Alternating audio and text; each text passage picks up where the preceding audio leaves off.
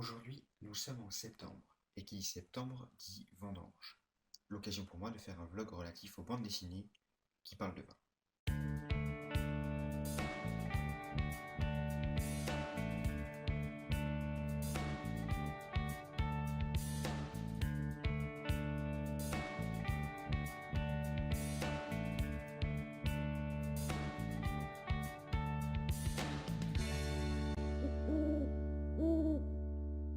Et la première bande dessinée dont on va parler, c'est le tome 1 d'une série qui s'appelle Château Bordeaux et qui est sortie chez Glénat en 2011. C'est scénarisé par Corbeyran et dessiné par SP. Alors Corbeyran, c'est un scénariste français très prolifique. On le connaît notamment pour la série Blackstone. Concernant la seule thématique du vin, il n'en est pas à son coup d'essai.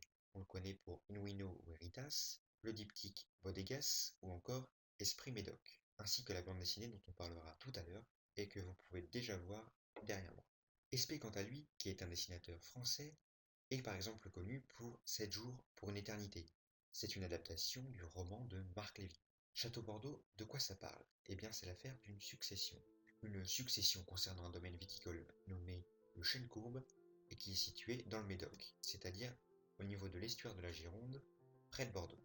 Un endroit particulièrement célèbre pour ses exploitations viticoles. À la mort de leur père, Alexandra Baudricourt et ses deux demi-frères Charles et François doivent donc se partager le domaine. Si Charles et François n'entendent pas récupérer le domaine à leur compte, puisque l'un est maître de chai et l'autre dirige une autre exploitation, tel n'est pas le cas d'Alexandra qui, fraîchement arrivée de New York, entend reprendre l'affaire. Problème, le domaine est plus qu'endetté, et ça depuis une quinzaine d'années. Il faut donc tout recommencer. Or, Alexandra est une pure néophyte. Jusqu'à présent, elle n'avait jamais travaillé dans le domaine du vin. Entre espoir, embûches et complot, la jeune femme va tout faire pour remettre l'exploitation familiale sur le bon chemin. Alors Château Bordeaux, c'est un peu comme une fiction de l'été, avec des trahisons, des complots. C'est pas de la grande bande dessinée, mais c'est très divertissant et très agréable. C'est également un récit initiatique, car si, comme Alexandra, vous ne connaissez rien en vin, ça va vous apprendre beaucoup de choses.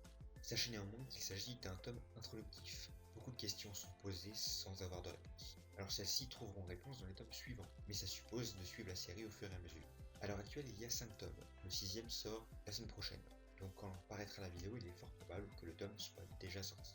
À l'instar d'une bonne série télé sur laquelle on serait tombé par hasard, on a plaisir à suivre les aventures d'Alexandra Baudricourt au sein du Chêne-Courbe. On sent qu'il y a énormément de documentation et on comprend vraiment qu'il y a une véritable passion des auteurs derrière cette série. C'est communicatif et c'est très sympa. Ça démystifie un petit peu les codes d'un métier qui parfois peut paraître obscur. On dit souvent de la France qu'elle est célèbre pour son terroir. Château Bordeaux est donc l'occasion d'en apprendre un peu plus sur le Médoc et ses vignes. Alors vous pouvez penser que les connaissances sont balancées telles quelles, mais loin de là l'idée des auteurs. Alors oui, on nous initie, mais pour autant, la restitution des connaissances est claire et intelligible. Vous pouvez n'y connaître absolument rien, c'est très bien expliqué. Côté dessin, on a droit à un style très réaliste, et ça sert le récit. Le style graphique d'Espé accentue le côté sombre de l'histoire. J'ai particulièrement apprécié les paysages particulièrement détaillés, notamment les vignes et le domaine. Cependant, deux bémols. Les expressions un peu figées des personnages et quelques proportions de décor un peu douteuses. Mais ces défauts sont probablement liés à l'acclimatation du dessinateur avec l'histoire, puisqu'ils ont tendance à s'estomper au fil du récit.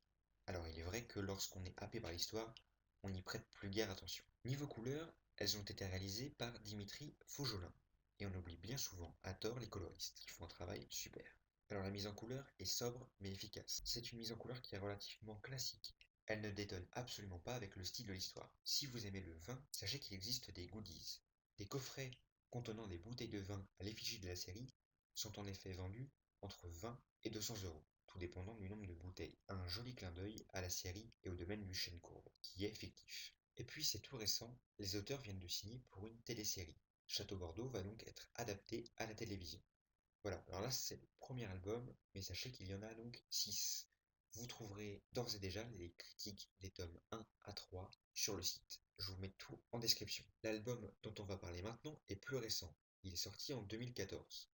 Il s'agit d'un tome intitulé Le sang de la vigne.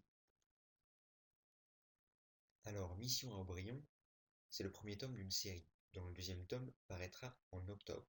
Il est scénarisé par Corbeyran, dont on a déjà parlé avec Château Bordeaux, puisque c'est le même scénariste, et Sandro. Sandro, c'est un dessinateur français. Il est par exemple connu pour avoir adapté en bande dessinée La petite fille aux allumettes d'Anderson. Mais vous l'aurez peut-être constaté lorsque j'ai affiché l'album, il y a 4 auteurs, et je n'en ai cité que 2.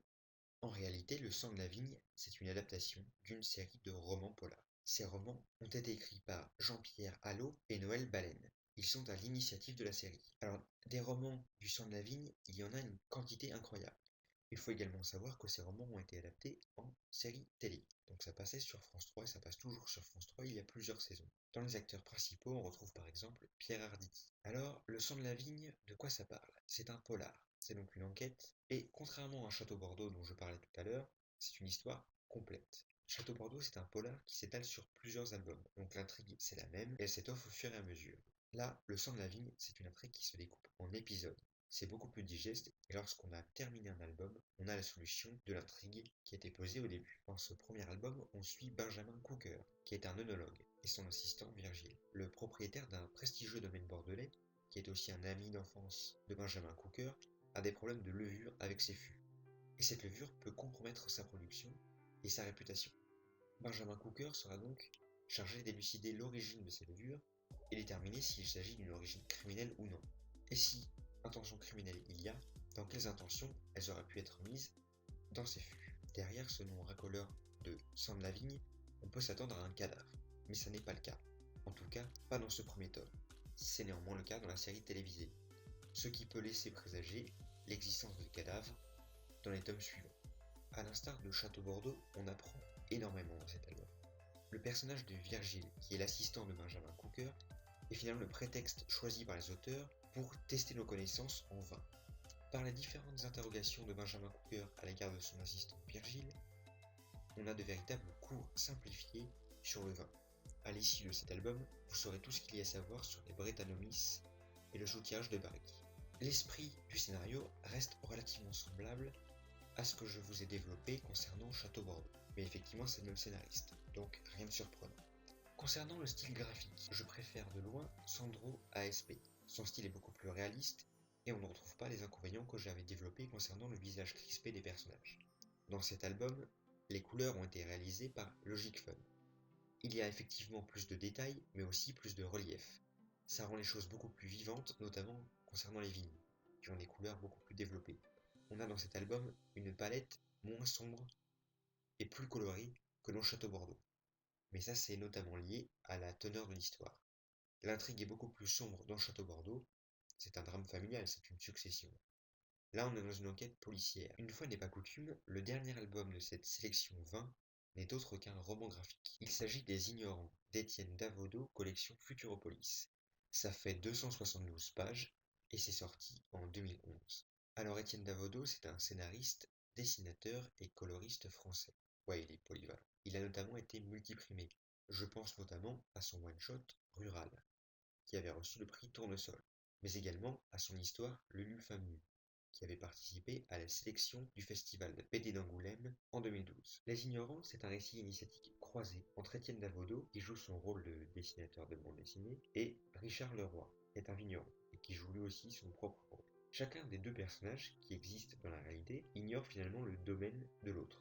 Alors c'est un récit qui est découpé donc par phase, et chacun leur tour, les deux amis vont passer dans la vie de l'autre. Le vigneron va dans une imprimerie de bande dessinée, et l'auteur de bande dessinée va aller tailler des vignes. Alors le mélange est détonnant niveau humour, on apprend énormément de choses, ça force le respect parce que ça a été fait donc en vrai, ce n'est absolument pas une fiction, et Les Ignorants, c'est une BD reportage.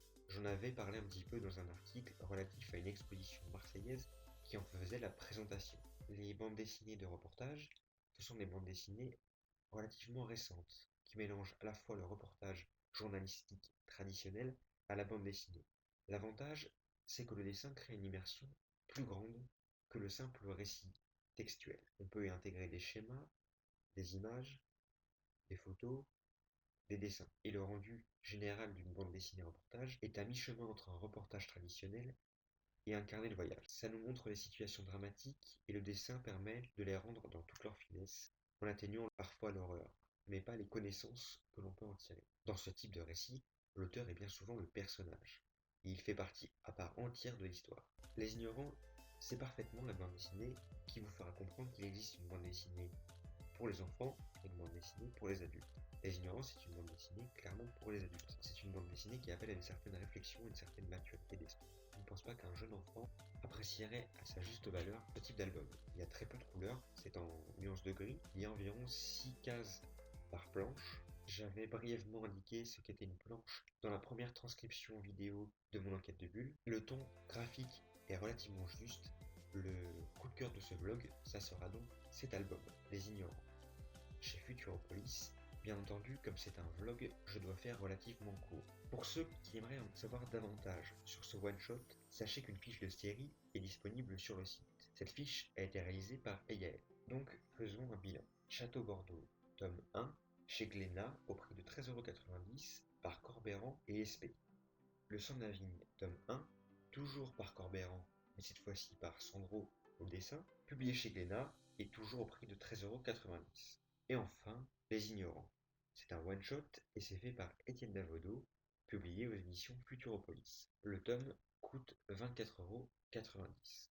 Voilà, c'est terminé pour ce second vlog, consacré cette fois-ci aux bandes dessinées relatives au vin. J'espère que celui-ci vous aura plu et vous aura donné envie de lire de la bande dessinée. Car souvenez-vous, la bande dessinée, c'est loin d'être de la littérature de bas étage. Vous pouvez, si vous le souhaitez, vous abonner à la chaîne, mais également nous suivre sur les réseaux sociaux.